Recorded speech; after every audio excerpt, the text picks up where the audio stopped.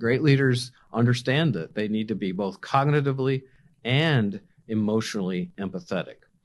And so as you're thinking about leading with empathy, I think that empathy is a beautiful gift, and it's comprehensive, it's complex, and we need to give both our head and our heart to it.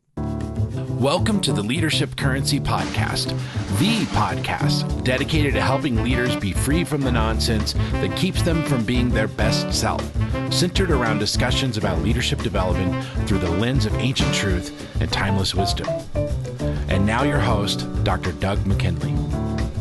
Hello, my name is Doug McKinley. Thanks for joining us as we aspire to elevate leadership around the world. I'm going to speak frankly. If it's okay, I want to be candid.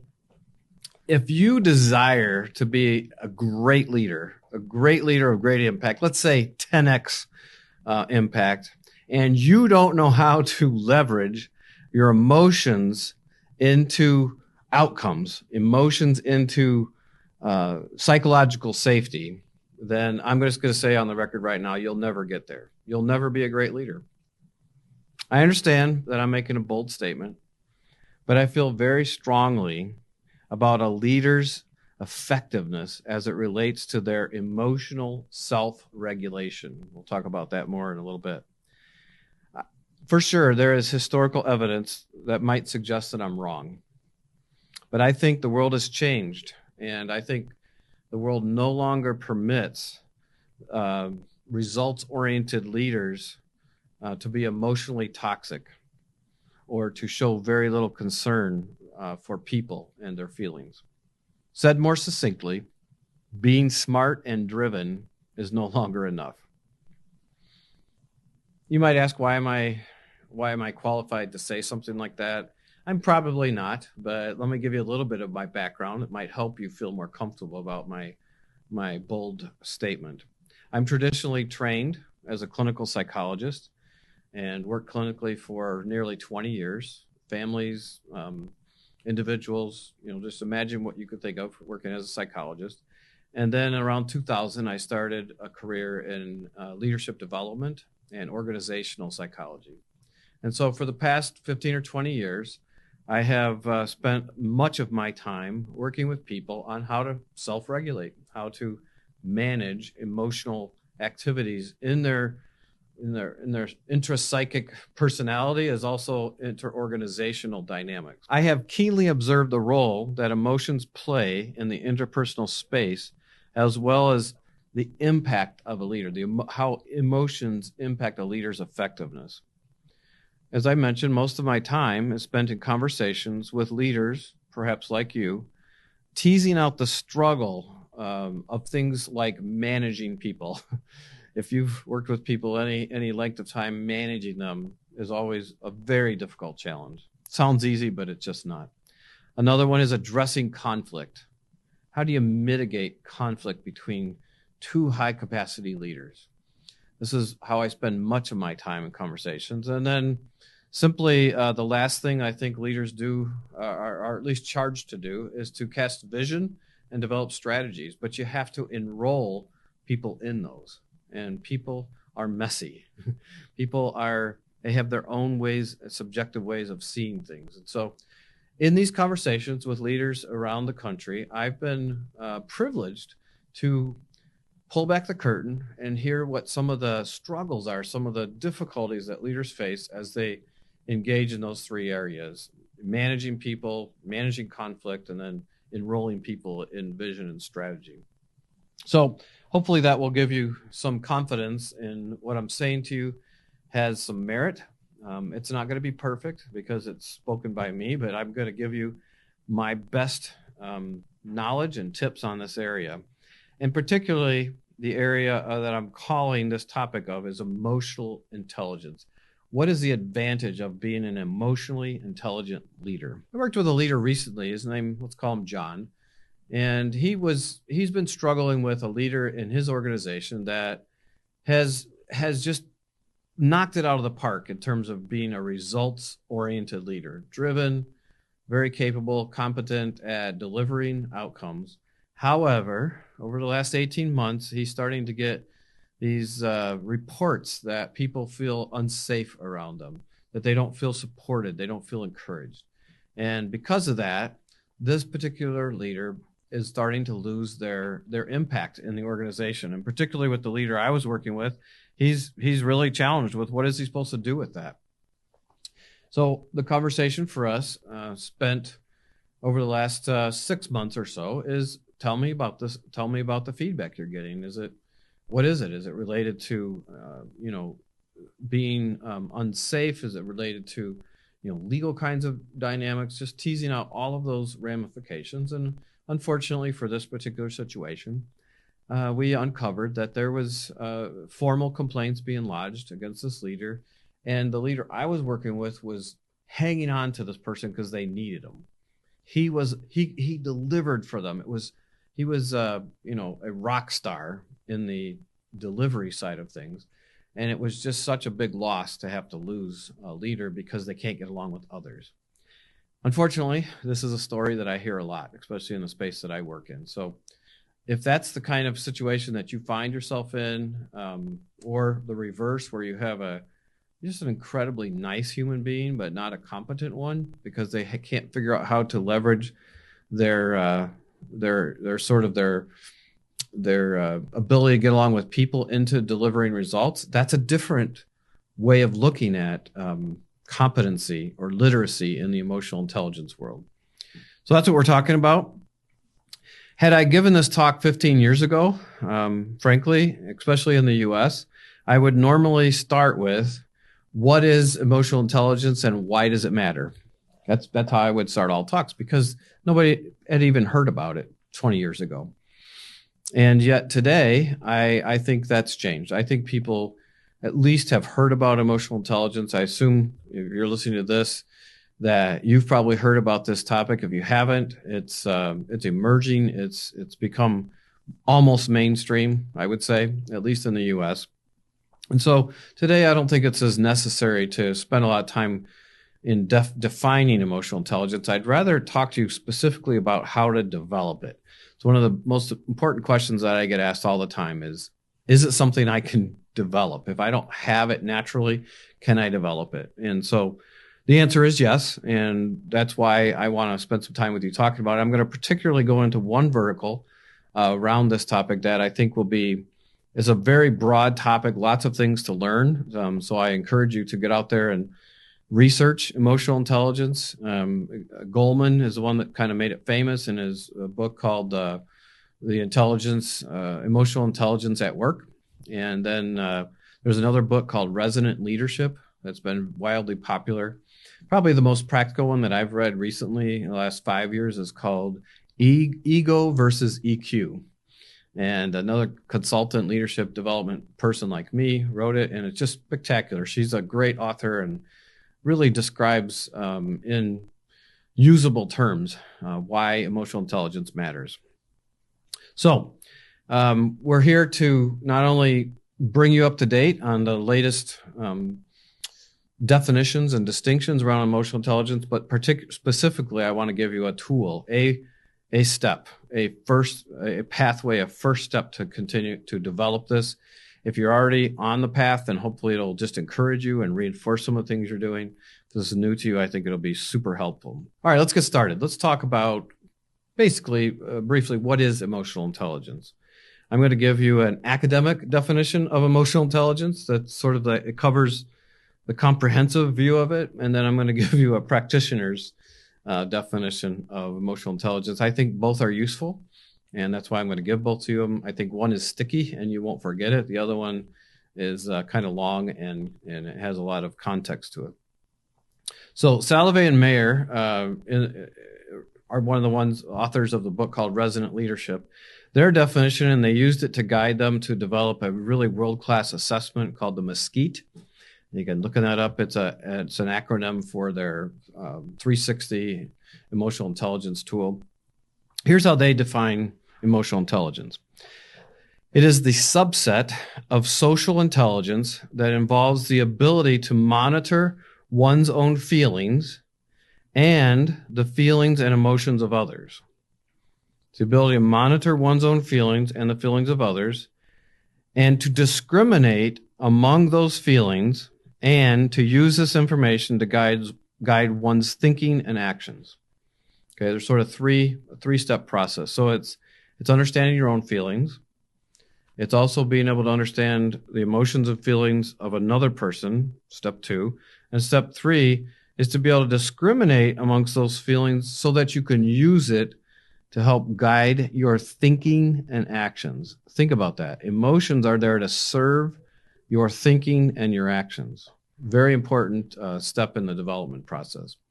And so that's a great definition. It's an academic definition. It certainly is comprehensive and accurate. I want you to rely on that. You can Google search Salovey and Meyer. Salovey is the president of Yale University here in the U.S., and he's just done some great work in this area. So practitioner's definition, one that I prefer by Hendrey Weisinger, is very simply put. It's that emotional intelligence is the intelligent use of your emotions. I know it's not sophisticated, but think about this. If you get, let's say, frustrated, and things surface in you, that emotion happens, you can't stop that from happening. However, your ability to navigate or leverage or use those emotions appropriately are within your choice, your purview to decide. And so as an emotion surface like frustration, to the degree you're intelligent or competent enough to use that properly will be in direct proportion to your mastery of emotional intelligence. It's the use of your emotions in intelligent ways. We've all, those of us that are leaders, we've probably spent many, many hours and seasons in study to learn, to become knowledgeable. I read books. I love reading books on leadership and these concepts, emotional intelligence. And yet we spend very little time developing a self-regulation concept that allows us to govern our own emotions. And because of that, this tool, this resource, becomes useless to us. Because as emotions surface, then we tend to just give our power away to it. And so that brings me to this idea or concept of self-regulation. What is that? Well, I guess it's a fancy word psychologists use to help us understand how do we manage our emotional responses to our circumstances to the degree we can regulate things that are happening inside of us as things are happening outside of us. And the idea here is that in each of us, we have a sort of governor that regulates our internal reactions to what's happening to us.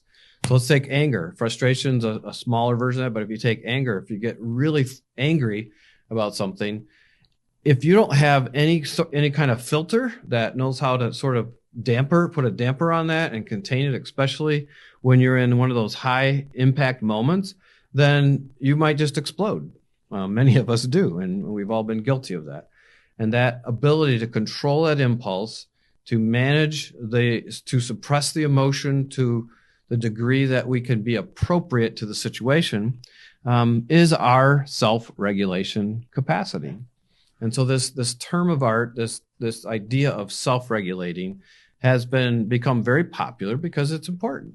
So the idea here is that we want to be free from these emotional distractions, free to be the best version of ourselves, not disingenuous. When I use the word suppress, I don't mean ignore or deny, but to manage, to navigate, to shape our emotions, to use them appropriately. All right, let me get into the main part of this. I think that if you want to get started on this, or you're already on the path, you'll recognize why this is so important. But I just wanted to bring one thing to this audience. I want to teach you this skill set. For me, it has been the absolute essential go-to competency around developing emotional intelligence. So I'm going to share it with you. We're going to talk about it. And hopefully you'll be able to not only use it yourself, but also teach it in your organizations. It's simply called what I call lead with empathy.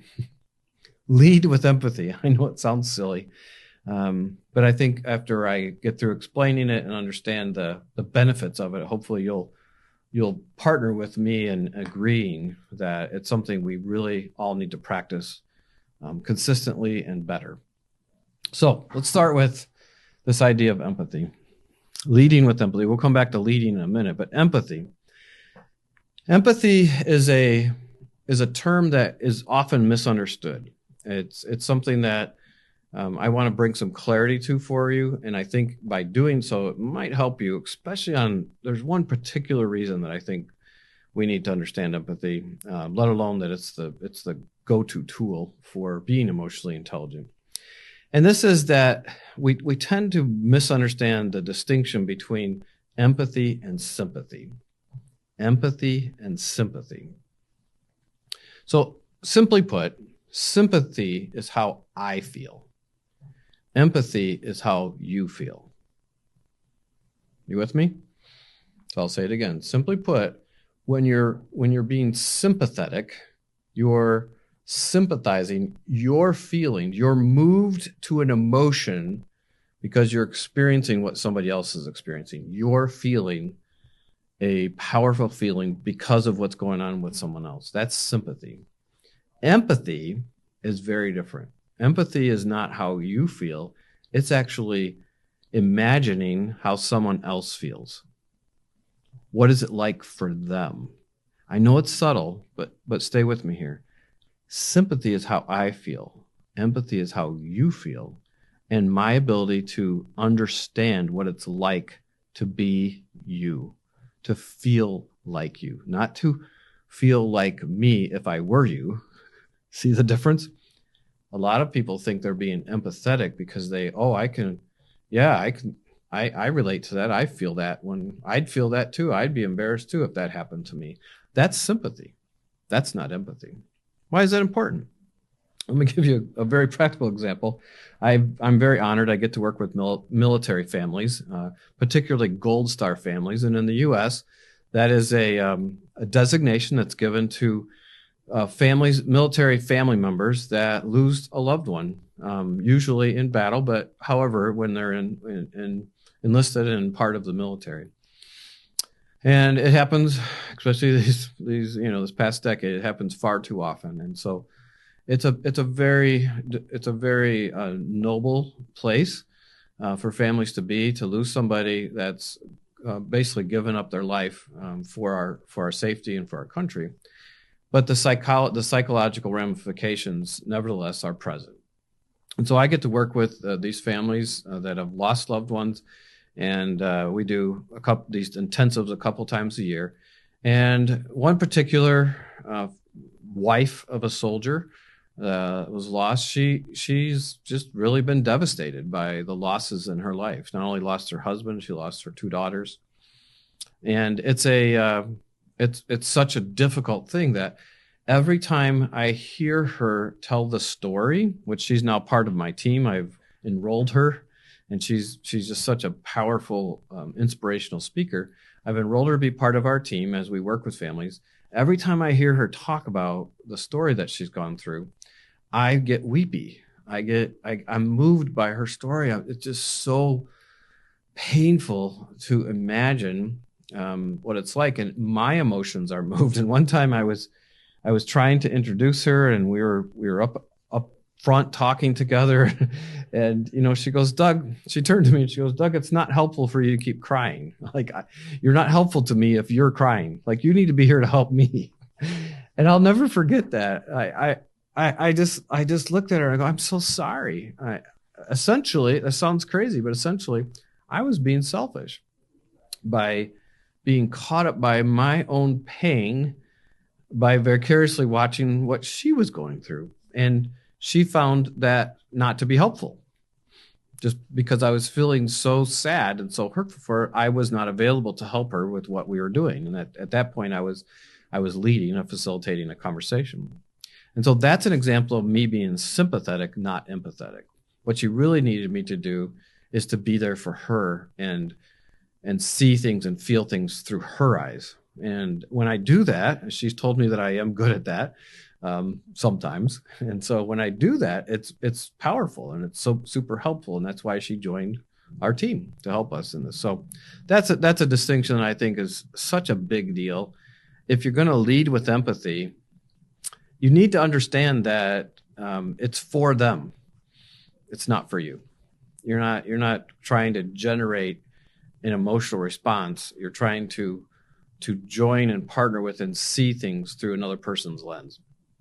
Very important distinction. The second one, distinction around or helpful understanding about leading with empathy is this idea between what I'm going to call cognitive empathy and emotional empathy. Let me tell you this right now. They're both valuable. Most people don't even realize that there's a distinction here, but let's just say it this simply, that ideologically, if you and I are in a conversation, let's say it's a strategy for our company. One wants to grow and the other one wants to reduce and decrease expenses. You're in this battle. And so ideologically, you can have empathy for the opposite opinion.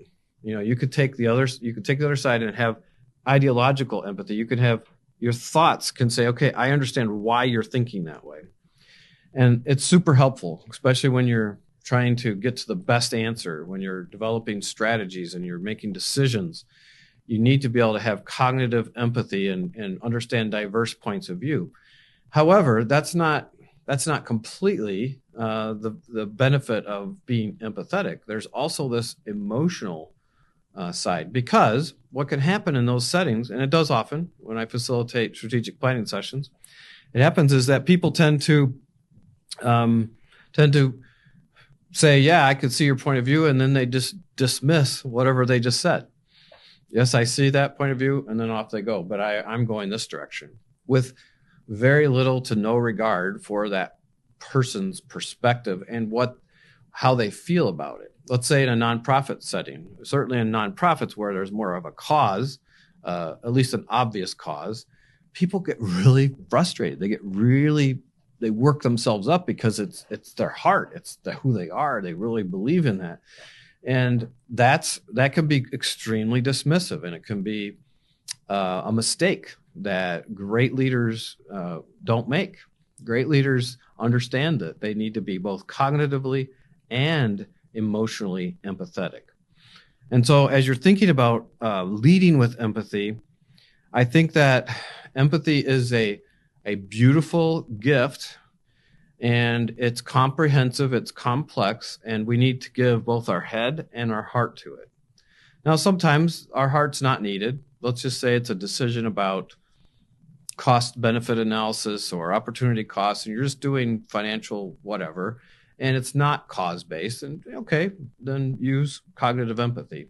Or sometimes, frankly, if somebody walks into your office and just says, I'm going through some struggles with my family. I have an ailing parent, and I'm struggling. You don't have to cognitively empathize with them. All you need to do is listen and care and show concern for them. And when that happens, when the empathy is exchanged, what's called the mirror neurons happen in your brain. A connection begins to happen between two people, and that's effective leadership. Like, you're connecting with people. And so emotional empathy is necessary sometimes, cognitive empathy is necessary times, but really the ROI is in when you have both. When your head and your heart can completely see things from another person's perspective. So let's back up a little bit. So I said the skill set, or the proven tool for beginning and getting on the track of being a great emotionally intelligent leader is lead with empathy. So I'm going to back up and talk about leading. Leading is a really important word. Leadership is a very confusing word. I think we're having conferences like this and facilitating conversations like this because we're all trying to embrace and internalize this idea of leadership impact. So in this particular situation, I'm talking about leadership in terms of an active stance, not a passive one. Sometimes leaders have to listen and sit back and take things in. This is not one of them. When I use the expression lead with empathy, I'm talking about initiate. It's not being pushy. You're not pushing people into letting you give them empathy, but you're initiating. Let me describe that a little bit more. If your organization is not moving forward, or it's stalled on something, or it's in constant chaos, it might be because you're not emotionally present. You're not leading with empathy. And I think the way to facilitate conversations, the way to have breakthroughs in this, is to initiate empathy. What's going on? Instead of banging your fists and yelling at people and telling them this is unacceptable, I'll give you a few specific examples in a minute. And instead of doing that, why not just initiate a conversation and just say to your team, look, we're not getting it done. Like, what am I missing? What's going on here? Help me to see this from your perspective. What do you think's going on? Suddenly, it changes the whole dynamic. I've watched leaders shift from sort of this command and control leadership style into a leading with empathy, and it instantaneously creates a shift in people's minds, and suddenly it reduces the fear and intimidation factor, and people begin to be a better version of themselves, including the leader. Let's just face it. All of us need to get better, don't we? Do you agree with me? Leaders need to get better. We can get better, and that's why we're participating in these kinds of conversations. So leading with empathy is not just a passive sense. It's actually initiating empathetic kinds of conversations. Tell me what's going on with you. Is there other things? What am I not hearing? Specifically, I was thinking about some examples. Let's say I heard this said recently in a TED Talk. Let's say that somebody comes in and their quarterly numbers have been bad for 3 quarters in a row, and they've historically been great performers. What I find a non-empathetic leader does is they just pound their fists and say, this is unacceptable. You can't continue to lead an organization and get these kind of results. Or if you lead with empathy, this is what it would look like. It would say, for 3 quarters in a row, your numbers have been just terrible. It's not like you. Is everything okay? I hope you see the difference here. You're leading with empathy. You're giving them the chance to explain to you what's going on, and perhaps there's things going on. It is an anomaly that their numbers are down. You can use this with attendance. Let's say you have somebody who's not showing up and they've missed a lot of work. Same thing. Instead of just saying it's unacceptable, can you just say, is everything okay at home? Is there any medical reasons that you're not able to, you're just missing a lot of work? Leading with empathy can break through that barrier between employer, employee, leader, and participant, and create a psychologically safe environment where people can begin to explore possibilities and options and connect, which is a big deal. And so that brings us to the final distinction of this, and it's the idea that the mood of the leader affects the mood of the team. The researchers call this the emotional contagions. Unfortunately, it works both ways. I've worked in organizations, you probably have as well, both as a consultant and personally, where the emotional mood of the leader is toxic, and it's focused on selfishness and it's an unfavorable environment. That perpetuates an unfavorable environment. It's a contagion. It creates a toxic environment. And even when you're winning, even if your quarterly earnings are just killing it, you're doing terrific, you're beating the market share, you're making money, it just isn't sustainable. And we've seen this. Jim Collins wrote a book called How the Mighty Will Fall, and he talks about the stages of a great company just falling apart. And the first stage is hubris, right? Just arrogance. It's just we're better than everybody else. And so that emotional contagion can create an unhealthy, undesirable workplace. Or you can have the mood of a leader be one of grace and peacefulness and kindness and listening and caring. Now you have a place where people feel safe to be themselves. What we know psychologically is when I feel comfortable that I can be myself, be my creative self, innovation spikes. Ideas are generated. Workplace satisfaction increases. There's just all kinds of benefits that happen. Read the literature. It's not even close. Nobody argues the point that highly toxic leaders create a bad workplace, but we tolerate it because we're so focused on results. And frankly, it's just not enough anymore. I hope by me sharing with you some of this, some of the things that I've learned and some of the research out there, you'll join me in not only agreeing, but also initiating and facilitating change conversations that people will begin to see the value and the ROI of leading with empathy. All right, I'm going to close this talk with a challenge, and this is a big deal. I'm a big fan of a researcher named Brené Brown. It's like Renee with a B, Brené Brown. She's written many books. The book that this particular data was taken out is called Dare to Lead. Dare to Lead. Terrific stuff. And she researched and uncovered something that for me has been a big challenge. And I'm gonna leave it with you. I think it's something very useful that you can take with you and begin to develop in yourself. Leading with empathy is the tool, and here is the think of this as a first step in getting better at leading with empathy. It's a necessary step. So it's called the 3 to 30 challenge. 3 to 30. And here's what her research found out. She found out, and she studied over 15,000 people. I think the number is much bigger now, but at the time of the book, that she found out that on average, people that she was interviewing and probing with her research questions would acknowledge and use and practice about 3 emotions a day. 3 emotions that of all of the emotional palette, everything available to us on the emotional palette, that most people in her research use and experience and have a mastery of 3 emotions. And she calls this being emotionally illiterate. She believes that to be literate, emotionally literate, we need to practice and be able to name and experience and use at least 30 emotions in our day-to-day functioning. Wow.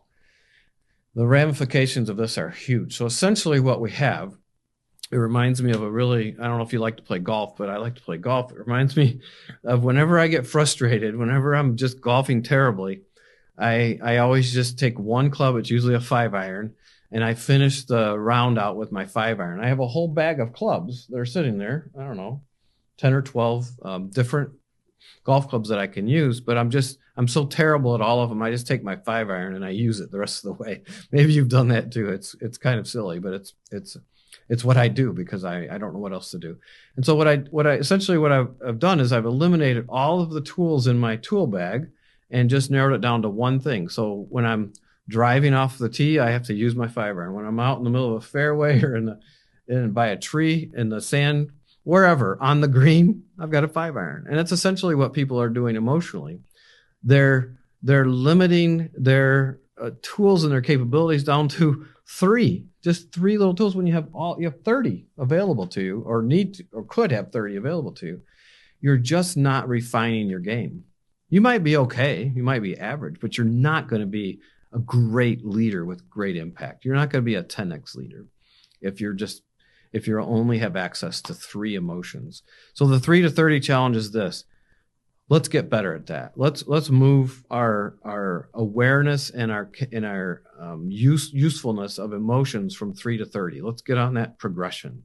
At least set the trajectory out. The 3 emotions are happy, sad, and angry that everyone seems to be very comfortable with. But here's some additional words that, according to her research, there's anxiousness, belonging, blame, curiousness, disappointment, disgust, embarrassment, empathy, excited, fear, scared, frustrated, gratitude. You see where this is going? You can look her up and you can Google search her and find her book, Daring to Lead, and she'll help you understand what some of these are. But as you expand your emotional palette and understand how to use them appropriately, it'll be like having a great 9-iron when you're up close to the green. I'm sorry if you're not a golfer, but it's the right club at the right time that will allow you to be successful. And as leaders, we need to have all of our tools in the tool bag. We need to have access to them if we want to be a great leader. So I'll leave you with this quote. This is a quote by Viktor Frankl, who wrote a book called In Search of Meaning. And it's a fabulous piece of work. It's about a real story about a man who went through the Holocaust and experienced it. And he said this after going through that: everything can be taken from a man but one thing, the last of human freedoms, to choose one's attitude in any given set of circumstances, to choose one's own way. You are a leader. If you're not a leader currently, you aspire to be a leader. You have the capacity to choose how to manage your emotions. It's not passive. You don't have to. You're not a victim of your emotions. They're a resource. They're amazing currency available to you if you choose that. And so I hope that this has been useful for you, and I want to encourage you to start every day leading with empathy. Thank you. Hey, thanks for joining us today. If this podcast was encouraging, motivating, or provoking in useful ways, would you be willing to share it with someone you know who might need to hear this conversation? A review on your favorite podcast service is also always appreciated, and we'll see you next time.